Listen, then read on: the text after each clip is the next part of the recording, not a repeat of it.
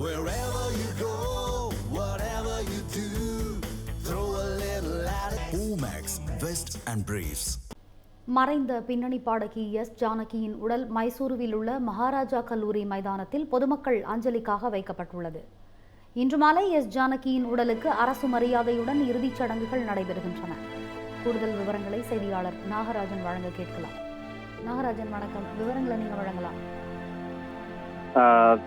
Tamil cinema மட்டுமல்ல, இந்திய சினிமாவிலேயே புகழ்பெற்ற பழம்பெரும் பின்னணி பாடகியான ஜானகி நேற்றைய தினம் மைசூர், கர்நாடகா மாநிலம் மைசூர்ல மருத்துவமனையில உடல்நலக் குறைவு காரணமாக உயிரிழந்திருக்கிறார். அவருக்கு அரசு மரியாதையோட இறுதிச் சடங்கு நடைபெறும் சொல்லிட்டு கர்நாடக அரசு தெரிவிச்சிருக்காங்க. அவருடைய உடல் மைசூர்ல வைக்கப்பட்டிருக்கிறது. ஒரு மைதானத்துல அவருக்கான காட்சிப்படுத்தப்பட்டிருக்கிறது உடல்.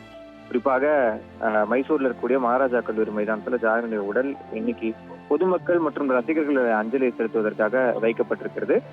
இந்திய சினிமாவில பழம்பெரும் பாடமையா திகழ்ந்த எஸ் ஜானகி அம்மா, ஜானகி அம்மான்னு. அதே போல ராணா கோகிலா, தென்னிந்தியாவினுடைய நைட்டிங்கேல், இசையரசி அப்படின்னு பல்வேறு பட்டங்களும் புகழும் அவங்களுக்கு இருக்கு.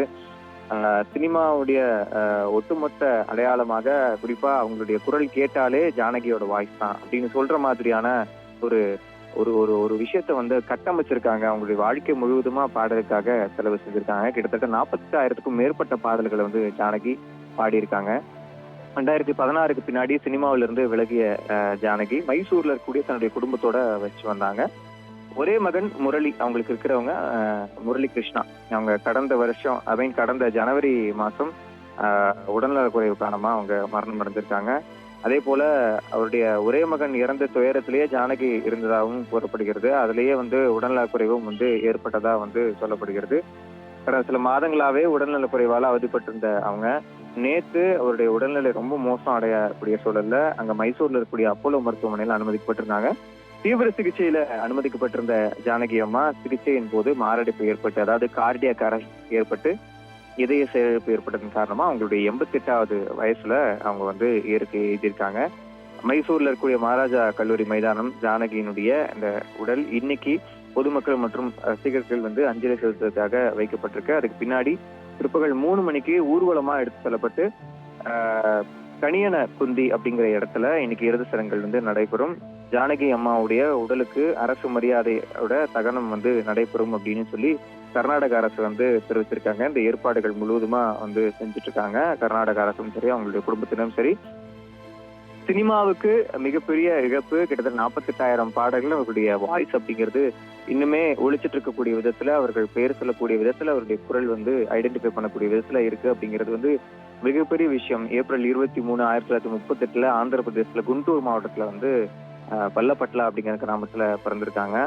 ஆக்சுவலி உங்களுடைய இசை பயணம் சின்ன வயசுல இருந்தே கர்நாடக இசை கற்கல அப்படின்னாலும் நாதஸ்வர வித்வான் பைடி சுவாமியோட இசையினுடைய அடிப்படைகளை அவங்க கத்துக்கிட்டு அடுத்தடுத்து அவங்களுடைய வாழ்க்கை அப்படிங்கிறது மேலோங்கி போயிருக்கிறது. சிறந்த பின்னணி பாடகருக்கான 4 முறை தேசிய விருதுகள் வின் பண்ணியிருக்கிறாங்க. அதே போல மாநில விருதுகள் பாக்குறப்ப கேரளா, தமிழ்நாடு, ஆந்திரா, கர்நாடகா உள்ளிட்ட பல்வேறு மாநில அரசுகள்ட்ட இருந்து 33 முறை சிறந்த பாடகைக்கான விருதுகளையும் பெற்றிருக்கிறாங்க. 2013 இந்திய அரசு அவங்களுக்கு பத்மபூஷன் விருதை அறிவிச்சிருந்தாங்க. இந்த விருது ரொம்பவுமே தாமதமா வழங்கப்பட்டது. அது குறிப்பா தென்னிந்திய கலைஞர்களுக்கு உரிய அங்கீகாரம் கிடைக்கல அப்படின்ற விஷயத்த கூறி அந்த விருதை ஏற்க மறுத்துட்டாங்க. அவங்க அந்த விஷயத்திலயும் ஒரு விஷயம், இந்த ஒரு ஏமாற்றம், வருத்தம் அப்படிங்கறது அவங்களுக்கு நிகழ்ந்தாவும் குறிப்பிட்டிருந்தாங்க.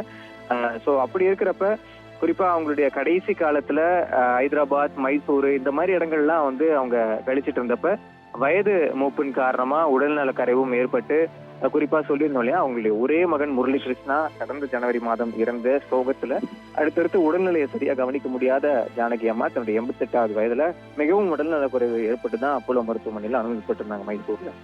அதற்கு பிறகாக அங்க இருந்து அவங்களுடைய இறுதி மூச்சு அப்படிங்கிறது கார்டியாக் அரெஸ்ட், அதாவது இதய செயலிழப்பு மூலமா நின்றுக்கிறது.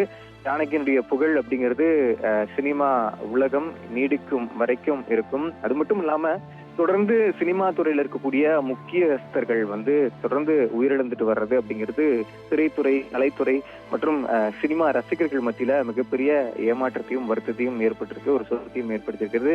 அப்படித்தான் தினம் தினம் வானொலி மூலமாகவும் பல்வேறு பிளாட்ஃபார்ம்ல ஜானகி அம்மாவுடைய குரலை கேட்டு வந்தவர்களுக்கு இந்த அவருடைய இழப்பு அப்படிங்கிறது மிகப்பெரிய ஏமாற்றத்தையும் மிகப்பெரிய சோகத்தையும் வருத்தத்தையும் ஏற்படுத்தக்கூடிய விதத்துல இருக்கு. கர்நாடக அரசு அவர்களுடைய பெருமைக்காக ஜானகி அப்படின்னு சொல்லப்படக்கூடிய ஜானகி அம்மாக்கு இன்று அரசு மரியாதையோட அவருடைய உடல் தகனம் செய்யப்படுகிறது. மிகப்பெரிய மரியாதையாக கருதப்படுகிறது கர்நாடகாவிலும். விவரங்களுக்கு நன்றி நாகராஜன்.